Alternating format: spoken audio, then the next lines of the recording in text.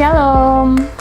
Hari ini saya sedang bertemu dengan Kak Esra, dan pada kesempatan ini saya ingin berbincang pendapat dan masukan dari Kak Esra terkait dengan pelayanan sekolah minggu.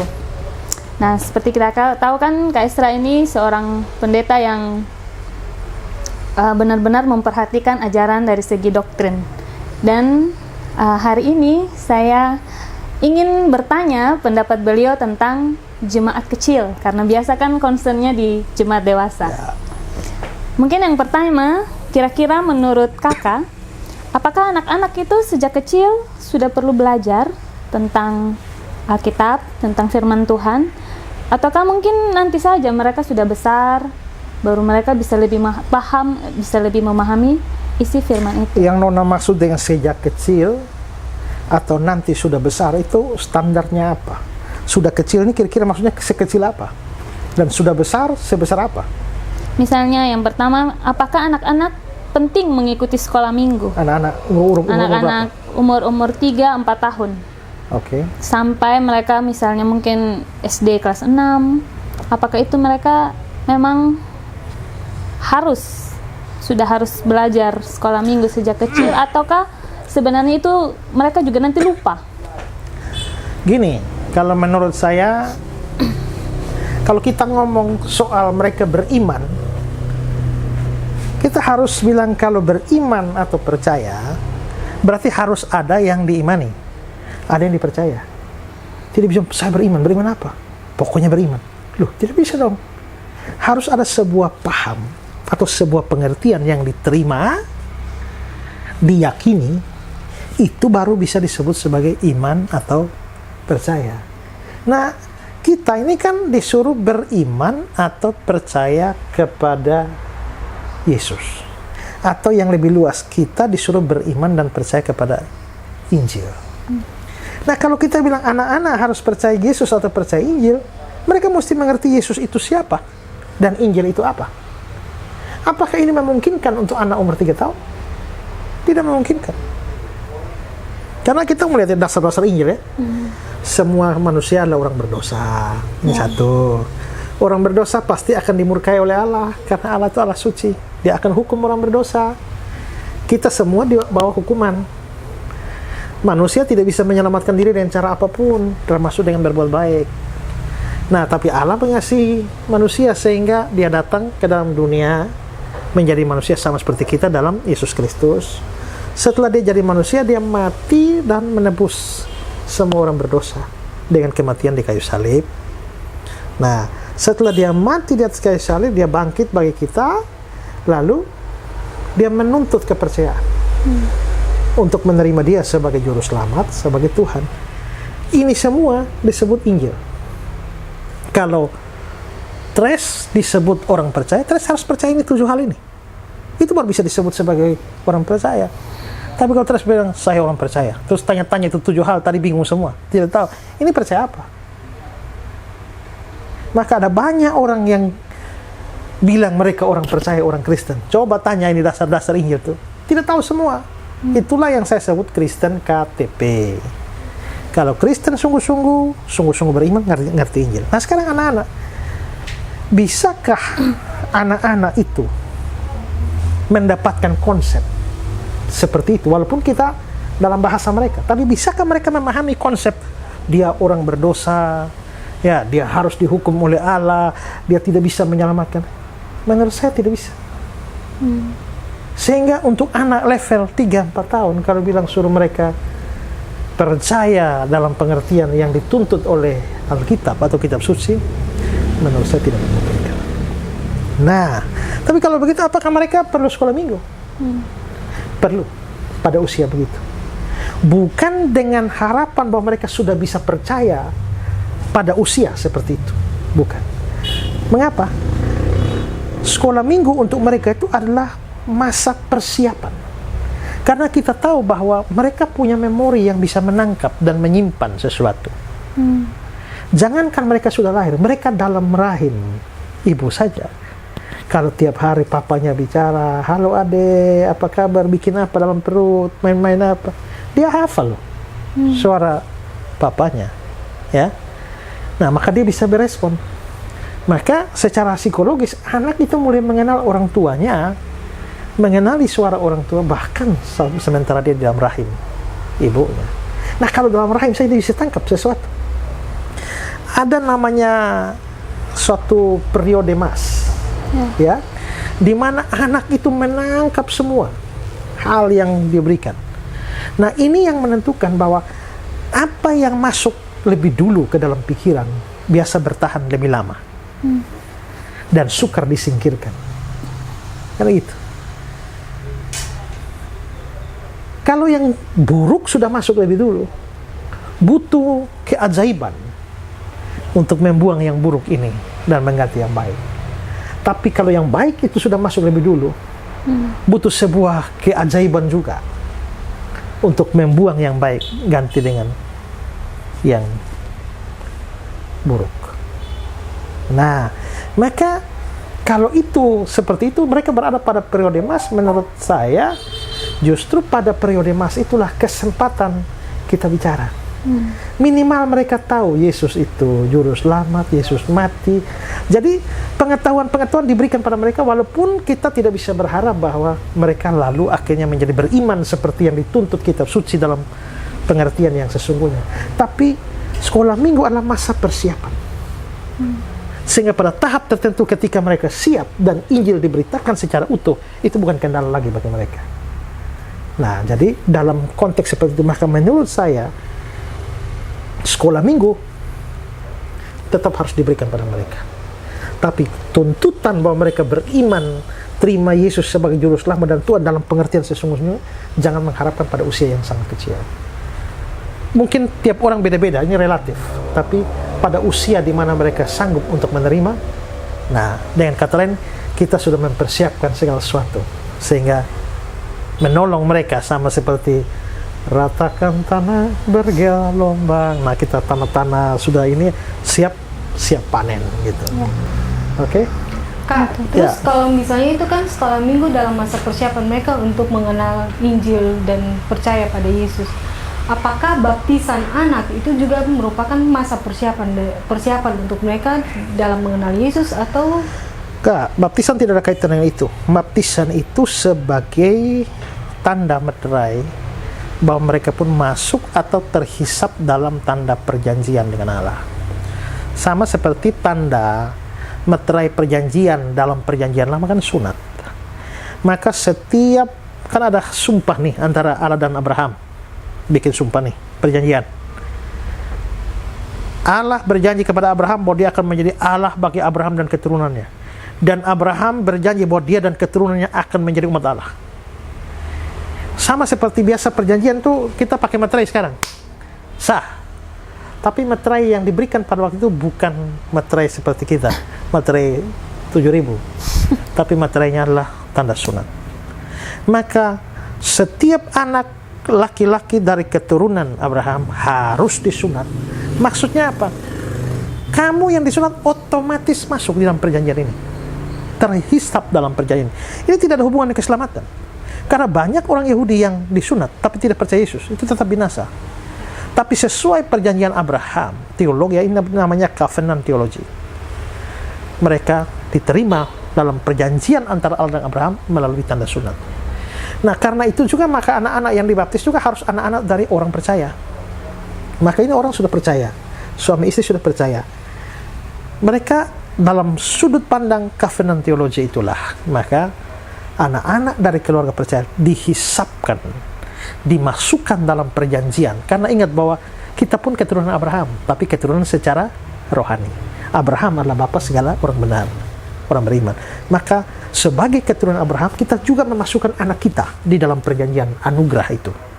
Karena itulah maka anak-anak itu dibaptis. Tapi itu tidak ada kaitan dengan keselamatan, tidak ada kaitan dengan persiapan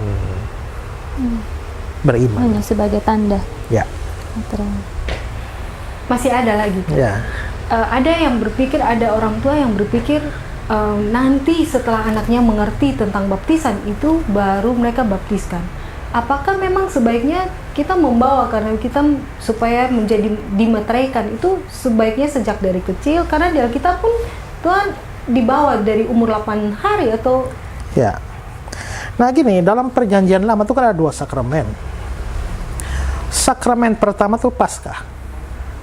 Sakramen kedua adalah sunat. Hanya 2 sakramen. 2 sakramen ini dilanjutkan dalam perjanjian baru. Di mana Paskah, di mana mereka makan roti penderitaan itu dilanjutkan dengan perjamuan kudus. Lalu sunat itu dilanjutkan dengan baptisan. Dua-dua. Di dalam perjanjian lama melalaikan satu sakramen, hukumannya mati. Kita ingat kasus di mana Tuhan pernah berikhtiar membunuh Musa karena Musa lalai menyunatkan anaknya. Berarti menyunatkan anak ini sama dengan melanggar perjanjian. Lalai menyunatkan anak ini melanggar perjanjian, dan sama seperti 2 orang berjanji, ini ingkar janji, harus ada konsekuensi. Maka Tuhan berikhtiar membunuh Musa. Setelah itu Sipora langsung menyunatkan anaknya, maka Tuhan tidak jadi membunuh Musa. Itu berarti bahwa Tuhan sangat concern dengan perjanjian ini. Karena itulah maka beda dengan orang yang belum percaya, dan dia percaya pada dewasa baru dia dibaptiskan. Tapi pada saat kita suami istri orang percaya dan tahu bahwa ini ada perjanjian anugerah seperti itu, lalu kita tahu tapi kita mencegah anak kita, menurut saya itu tetap dosa. Ya, itu sama dengan kasusnya dengan Musa. Jadi ingat bahwa kalau itu sakramen dari Tuhan, Tuhan sangat memandang penting sakramen itu. Dan bahkan dalam zaman perjanjian lama dia ancam dengan hukuman mati. Memang kita zaman sekarang tidak dihukum dengan hukuman mati, tapi kita sadar bahwa kalau di perjanjian lama itu diancam dengan hukuman mati, berarti dosa itu dianggap dosa yang serius di hadapan Tuhan. Jadi menurut saya tidak layak kita mencegah anak-anak kita untuk dibaptis kalau memang ada kesempatan untuk itu. Ya. Ada batasan usia? Nggak ada. Karena kenapa di dalam sunat itu ditentukan 8 hari? Karena 8 hari, ingat bahwa setelah seorang ibu melahirkan, 7 hari itu adalah 7 hari masa najis. Ya, 8 hari bersih. Ya, ini dalam hukum Yahudi. Termasuk anak itu juga. Karena itulah maka dia baru hari ke-8. Dengan kata lain, pada kesempatan yang paling awal, mereka harus memberikan anak mereka. Nah, kita tidak ada hukum najis tahir di dalam kekristenan, ya. Dan karena itu maka kita tidak ada batasan waktu untuk itu. Tapi dalam pengertian anak yang masih kecil, nah kita bawa dalam baptisan itu kepada Tuhan. Oke? Jelas, Teh? Jelas. Oke. Kembali ke masalah sekolah minggu. Ya. Karena tadi kan kakak katakan bahwa penting untuk mempersiapkan mereka. Jadi kira-kira materi yang tepat untuk usia mereka apakah sudah boleh tentang doktrin atau masih yang umum? Atau mungkin ada batasan kira-kira di umur begini mereka sudah bisa memahami doktrin? Doktrin ini doktrin apa? Misalnya doktrin Alkitab, doktrin tentang Allah. Nah, saya sulit ya mengatakan seperti ini karena saya bukan seorang guru sekolah minggu. Ya, sebenarnya Injil sendiri pun itu adalah doktrin. Kita semua nih orang berdosa. Dosa itu apa? Itu juga sebenarnya adalah doktrin. Jadi kalau misalnya di dalam pengertian seperti itu, doktrin itu, maka kita tetap bisa menyampaikan doktrin, misalnya kita orang berdosa, tapi tentu dengan bahasa sangat sederhana seperti bahasa mereka. Tapi kalau sudah sampai masuk pada doktrin Tritunggal dan lain-lain, itu menurut saya itu tidak relevan, ya.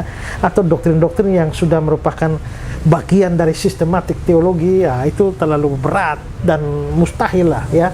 Tapi menurut saya ambillah pelajaran-pelajaran tentang Injil yang memang adalah kalau kita berdosa, kita semua orang berdosa, Tuhan itu tidak suka orang berdosa. Nah, Tuhan itu akan menghukum orang berdosa. Itu doktrin juga.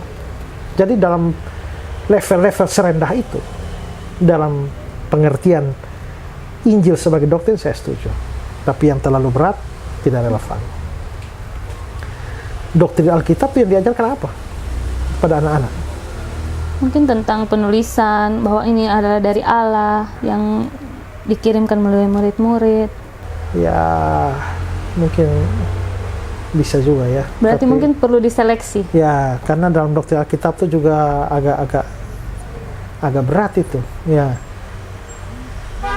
Apalagi masuk inspirasi dan macam-macam itu mungkin iluminasi itu mungkin perlu ditahan dulu lah ya. Kalau sekedar ini adalah surat dari Tuhan atau buku dari Tuhan untuk kita, mungkin bisa. Oke. Yang terakhir, Ya. terkait dengan kan guru sekolah minggu ada anak-anak dan tentunya yang penting juga guru.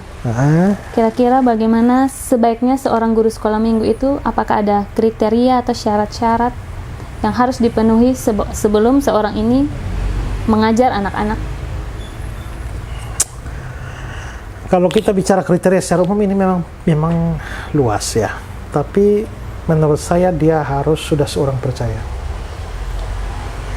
Sebenarnya bukan hanya guru sekolah minggu, tapi setiap pelayan Tuhan, melayani Tuhan dalam bidang apa saja, dia harus sudah merupakan orang Kristen sungguh-sungguh, orang Kristen sejati. Karena kita sadar, seperti sering saya mengatakan, bahwa ada orang yang hanya Kristen KTP saja. Jangan pakai orang Kristen KTP dalam mengajar sekolah minggu. Dia belum percaya. Bagaimana dia punya beban untuk membawa orang jadi percaya? Karena itu pastikan dulu guru sekolah minggu adalah orang-orang percaya. Kedua adalah dia punya kasih dan kepedulian terhadap anak-anak. Itu penting.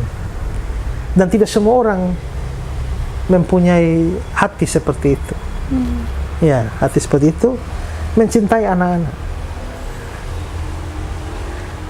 Setelah punya hati pada anak-anak, ketiga mempunyai karunia di dalam pelayanan kepada anak. Ya. Dan itu berat. Ya. Dan mungkin selain punya karunia, mungkin berikut adalah dia mungkin mempunyai kemampuan pelayanan yang tentu harus dibarengi dengan training, latihan dan sebagainya.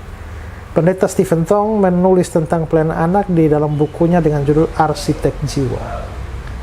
Bahwa sebenarnya seorang arsitek itu yang merancang jadinya bangunan seperti apa. Guru sekolah minggu juga termasuk arsitek jiwa. Ya, di samping orang tua yang akan membentuk anak ini menjadi apa di kemudian hari. Nah, lalu tentu saja ingat bahwa tadi kita kan sudah omong, anak-anak ada pada golden period, masa emas di mana semua yang mereka terima itu akan masuk dan sukar dibuang, sukar dilupakan. Apa yang dilakukan oleh guru ini akan diingat. Kata-kata yang dikeluarkan oleh guru ini akan diingat. Apa yang ditampilkan guru di depan kelas ini akan diingat. Nah, ini kalau yang ditampilkan buruk. Saya ini terus terang bahwa saya nyaris tidak sekolah minggu. Dan saya tahu persis titik di mana saya berhenti sekolah minggu. Saya hadir di depan sekolah minggu. Ibu guru sekolah minggu sedang ngajar. Tiba-tiba datang Pak guru sekolah minggu dan klik, tusuk di perut begini. Begitu tusuk di perut begini, ibu kaget langsung bangkit, anjing ini. Nah, memang kayak begitu. Dan saya sampai, kenapa sementara mengajar Pak bisa tusuk ibu, lalu ibu bisa maki Pak? Itu saya ingat, itu terakhir kali saya ingat dari saya kecil. Dan itu minat sekolah minggu tidak ada lagi. Ya.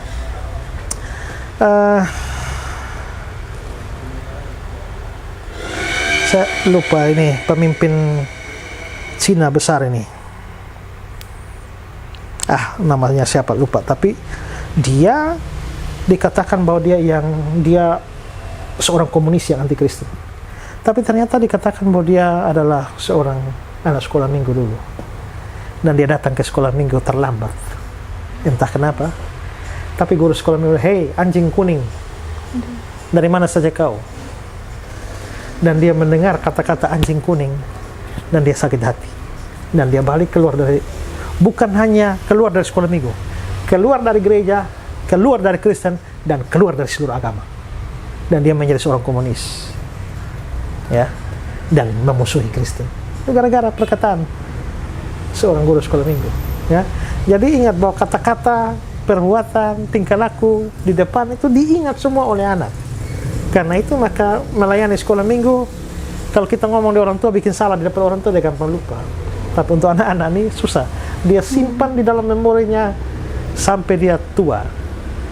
Ya, maka beban berat ada pada guru sekolah minggu. Jaga kata-kata, jaga sikap, jaga perbuatan, ya, dan semuanya. Karena apa yang mereka lihat itu tersimpan sampai besar, sampai tua bahkan.